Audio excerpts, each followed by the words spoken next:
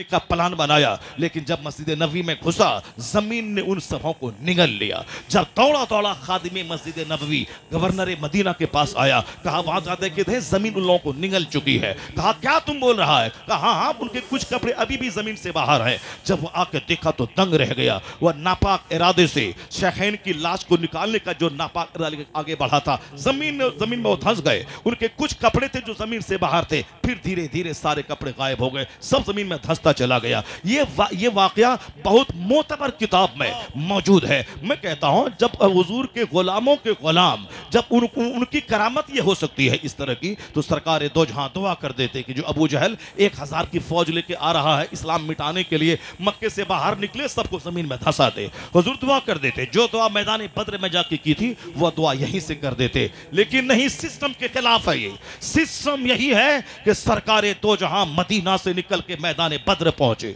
इस कदर तंगियों में पहुंचे कि 313 है, बमुश्किल तमाम 25 के करीब घोड़ा है, बमुश्किल तमाम 50 के करीब ऊंट है। एक एक ऊंट पे 3-3 सहाबा सवार होते थे।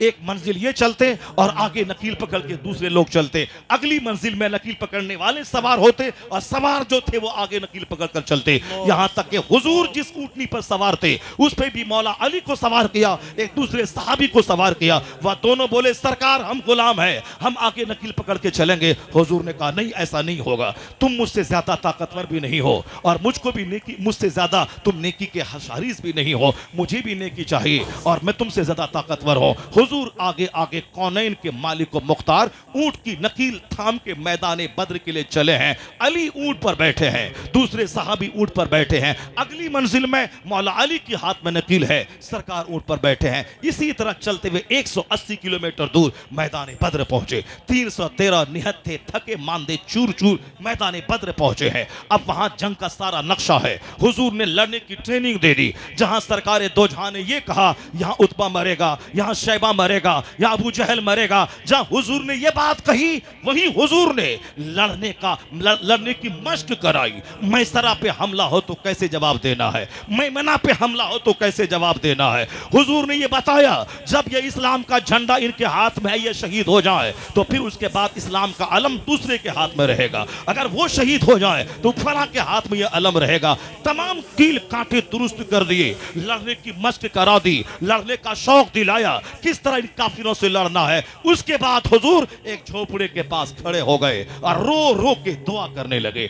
गले गर्दन की चादर अक़दस थी, वह गिर गिर जाती थी। इस कदर हुजूर अल्लाह के हुजूर दुआ करते थे, गिड़गिड़ा के बदन के हिलने से चादर गिर जाती थी। सिद्दीक अकबर जो चारों तरफ घूम के पहरा दे रहे थे, चादर उठाते गर्दन अक़दस पर रखते और कहते जरूर आपका खुदा अपना वादा सच्चा करके दिखलाएगा। सरकार दो जहां मदीने में नहीं दुआ की, मैदान बद्र आके दुआ की, लड़ने की मश्क करा के दुआ की, सामने तीर अंदाजों को और तलवार चलाने की ट्रेनिंग दे के फिर दुआ कर रहे हैं। फिर क्या हुआ, इधर से मुस्तफा की दुआ बढ़ी, उधर से उनकी फौज आगे बढ़ी।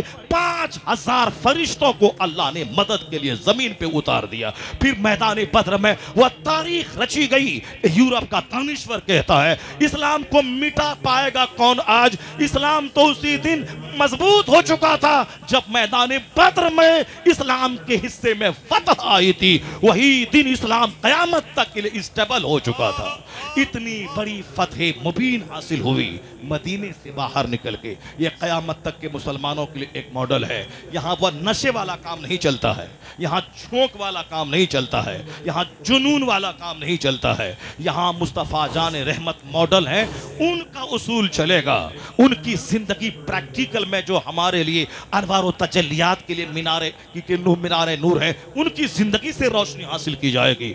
हुजूर बशरियत की शक्ल में इसीलिए आए थे ताकि मुझको बता दे कि मैं खाना कैसे खाऊं, मुझको बता दे कि मैं सोऊं कैसे, मुझको बता दे कि मैं इबादत करूं कैसे, मुझको बता दे कि दुनिया में जरूरतन जिहाद करना पड़े तो मैं जिहाद करूं कैसे, मुझको बता दे कि जब मुसीबतों के हंगामे में मैं रहूं मैं वहां जीऊं कैसे, जब पैसों के अंबार पे रहूं तो मैं कैसे जीऊं। यानी जिंदगी के हर मोड़ में मुस्तफ़ा ने हमारे लिए एक गाइडेंस दिया है, एक उसूल और ज़ाब्ते दिए हैं। शर्त है कि वहां से नूर हासिल किए जाएं। इस दुनिया में झोंक से कुछ नहीं होता है, खाली हवा हुटिंग से कुछ नहीं होता है, मेहनतों से होता है। एक मदरसा है महाराष्ट्र में, वह इंजीनियरिंग कॉलेज भी है, ITI कॉलेज भी है, एक पूरा शहर बना दिया है इल्म का, जहां सिर्फ एक दर्जे में 600 बच्चे पढ़ते हैं। हिंदुस्तान का सबसे बड़ा मदरसा देवबंद भी फेल है, नदवा भी फेल है। कोई मदरसा ऐसा नहीं पूरे इंडिया में जहां अरबी जमात में 600 बच्चे पढ़े। यहां तो 600 मदरसा मिला के उतना बच्चा ना होगा जितना एक जमात में उसका बच्चा है। वो जो मुस्तफ़ा की तौहीन करता है, जो हुजूर को गाली देता है, मगर इस दुनिया में जो मेहनत करेगा, इस दुनिया में के तकाज़ों को जो पूरा करेगा, वो तो कामयाब हो जाएगा। उनके मदरसे में हज़ारों कमरे हैं, उनके मदरसे में सैकड़ों गाड़ियां हैं, उनके मदरसे में सारे डिपार्टमेंट है, शोबे हिफ्ज़ भी है, शोबे आलमियत भी है, ITI का शोबा भी है, मेडिकल कॉलेज भी है। ये दुनिया में बहुत बेशुमार कुफार व मुशरिकीन है, उनके बेटे डॉक्टर बन रहे हैं, इंजीनियर बन रहे हैं, प्रोफेसर बन रहे हैं। वो काफिर है, जहन्नम जाएगा, मरने के बाद कुछ नहीं मिलेगा, मरने के बाद वहां तो जन्नत सिर्फ मोमिन को मिलेगी। मगर इस दुनिया में 18 घंटे पढ़ेगा तो उनका बेटा DM बनेगा, उनका बेटा फौज में जाएगा, उनका बेटा PO बनेगा, उनका बेटा प्रोबेशनरी ऑफिसर बैंक का बनेगा। तो दुनिया के तकाज़ों को जो फुलफिल करेगा वह मेहनत करेगा। लेकिन जहां मोमिन के हिस्से में प्लस पॉइंट और है कि तुम उनकी तरह मेहनत भी करो और फिर खुदा की रहमत से भीख भी मांगो, तो फिर उनसे पहले तू कामयाब होगा। जहां आगे उनके आगे तू बढ़ता जाएगा। उनके पास सिर्फ मेहनत है, खुदा की रहमत नहीं। तेरे पास मेहनत भी है, मुस्तफा की दुआ भी है, बुजुर्गों की अता भी है, खुदा की रहमत भी है। अगर हर फील्ड में जाएगा तो आगे आगे तू रहेगा, कुफार पीछे पीछे। नारे तकबीर, नारे रिसालत। आप लोग हैं कि कहीं गए? बातें बहुत मरी तवील हो गई, तमहीद ही इतनी लंबी हो गई हमारी। मैं कुरान करीम की 10 आयतों की तिलावत करना चाहता था। उन 10 आयतों से जो नूर मिलता है, जो हमें सुरूर मिलता है, उस पर तबसरा करना, यही मैंने बैठे बैठे अपना टॉपिक सेट किया था। कुरान करीम की 10 आयतों को पढ़ना और उन 10 आयतों से जो हमारी मिसअंडरस्टैंडिंग का खात्मा होता है, जो हमारी गलत फहमियों का, जो हमारे जीने की जो धारणा है उसमें जो चेंजिंग आती है, मैंने वो सोचा था। मगर तमहीद मेरी इतनी तवील हो गई कि क्या मैं उससे टच कर सकता हूँ? आपकी इजाज़त है क्या? वो 10 आयतों को मैं पढ़ूँ? अभी फिर 5 घंटे लग जाएंगे। अब 5 घंटे लग जाएंगे, फिर मेरे पास वक्त नहीं है। बस जो इसलिए से बेहतर वही है कि जो कुछ मैंने आपसे कह दिया है इसी तमहीद को मैं मुकम्मल कर दूं। इस बार तमहीद हो जाए, फिर इंशाअल्लाह करीम अगले साल हजरत ने बुलाया तो फिर इंशाअल्लाह तकरीर हो जाएगी। इस बार तमहीद ही मुकम्मल हो जाए। आपकी तवज्जो है कि नहीं है? मैंने 1 मिनट भी आपका बर्बाद नहीं किया है, 1 मिनट भी। मैंने कॉमेडी नहीं की है, मैंने कहानी नहीं बयान किया है, मैंने सिर्फ जिंदगी में नूर लाने की बातें मैंने की है, सिर्फ जिंदगी में रोशनी पर। चूंकि आप इस तरह के सुनने के आदी नहीं है, वरना इस टाइम में हमको तकरीर करने के लिए बहुत कम मिलता है। वो तो मौलाना साहब का ज़र्फ है जो बिल्कुल मुझे बिल्कुल ताज़ा वक्त में उनको इन्होंने दे दिया। वरना मुझको लोग देते हैं 2 बजे, 2:30 बजे, 3 बजे, 4 बजे मुझको लोग देते हैं टाइम। नहीं, आपके नाम पे लोग रहेंगे। मैं कहा आजकल कोई किसी के नाम पे नहीं रहता भाई, ये आपका खाम ख्याल है कि लोग रहेंगे, नहीं रहेंगे। वह ताजुश शरिया अपने साथ ये खूबी को लेके चले गए कि जिनके नाम पे 10 घंटे तो लोग खड़े रहते थे, वह तकरीर सुनने के लिए नहीं, एक झलक देखने के लिए खड़े रहते थे। अभी आज से 4 साल पहले गोवा में कॉन्फ्रेंस हुई, कई लाख लोगों की भीड़ लगी। वहां का CM परेशान था कि छोटे से स्टेट में इतने लाख दीवाने कहां से आ गए। उनके नाम पे 1-1 हज़ार किलोमीटर दूर सफर करके लोग जाते थे, और हम सबों के नाम पे 10 कदम भी चल के लोग नहीं आते हैं। ताजुश शरिया थे जिनको एक झलक देखने के लिए साबरमती के किनारे अहमदाबाद में आज से 4 साल पहले कई लाख लोगों की भीड़ जुड़ गई साबरमती के किनारे। और फिर कहां से लोग आए? वहां का CM परेशान था, वो तनहा एकलौता थे वो, उन जिनके नाम पे लोग 1000 किलोमीटर दूर से आ जाएं। एयरपोर्ट पे कदम रख दे तो वो शहर में बदल जाए, किसी देहात में कदम रख दे तो वो शहर के लिए काबिल रश्क बन जाए।